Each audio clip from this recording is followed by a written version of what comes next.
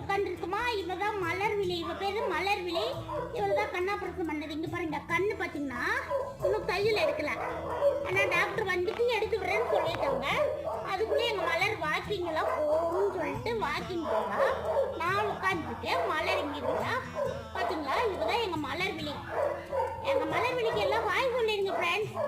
நீங்களாம் நல்லா இருக்கீங்களா? எங்கள் மலர் டெய்லி கேட்பா தெரியுமா. எங்கள் மலர்விழி நீங்கள் யாராச்சும் கேட்குறீங்களா? கேளுங்க. Hi Malar, how are you? I am fine, thank you சொல்லுவா எங்கள் மலர். எங்கள் மலர் மாதிரி உலகத்தில் யாருமே இல்லை தெரியுமா. எங்கள் மலர் மாதிரி அம்மாவுக்கு உடம்பு முடியும்னு சொன்னோன்னே மலர் வந்து ரொம்ப சமத்துக்குள்ளே இருப்பா. சாப்பிடுவா, படுப்பா, தூங்குவா, அப்புறம் எந்திரிப்பா, ஆய் போவா, உட்க போவா, அப்புறம் கேஜில் போய் படுத்துப்பா. இதுதான் எங்கள் மலர் டெய்லி ரொட்டேட் பண்ணுற வேலை. அங்கே பாருங்க எல்லாம் கத்தின்னு இருக்காங்களா சாப்பாடுக்கு. நான் போய் சாப்பாடு வச்சுட்டு வரோம் friends. Okay tata, bye bye, see you.